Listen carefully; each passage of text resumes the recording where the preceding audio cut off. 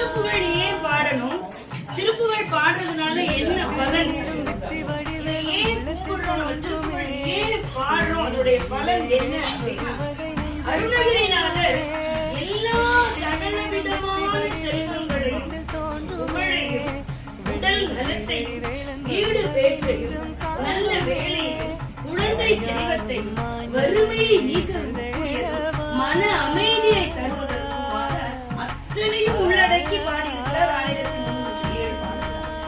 நம்ம இந்த திருப்புகழை நாம பாடுறோம் அப்படின்னா இதுல 108 மணிவாரை மட்டும்தான் திருப்புகழ் அமுதம் அப்படின்னு கொடுத்திருக்கோம். அமுதம் அப்படின்னா படிக்க படிக்க பாட பாட திகட்டாத ஒன்றுதான்.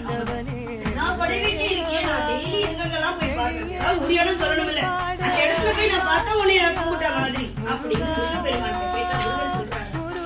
இந்த திருப்புகளுக்குள்ள நான் இருக்கேன், அந்த திருப்புகளை யாரு படிக்கிறாங்களோ அந்த அடியார் மனசுக்குள்ள இருக்கேன்னு சொல்றேன். இது திருப்புகள்லயே அருணகிரிநாதர் சொல்ல. அதே மாதிரி இந்த திருப்புகளை பாடுறவங்க படிக்கிறவங்க சித்தர்களுக்கும் சித்தர்கள். அப்போ நம்ம எல்லாம் பாக்கியவான்கள்.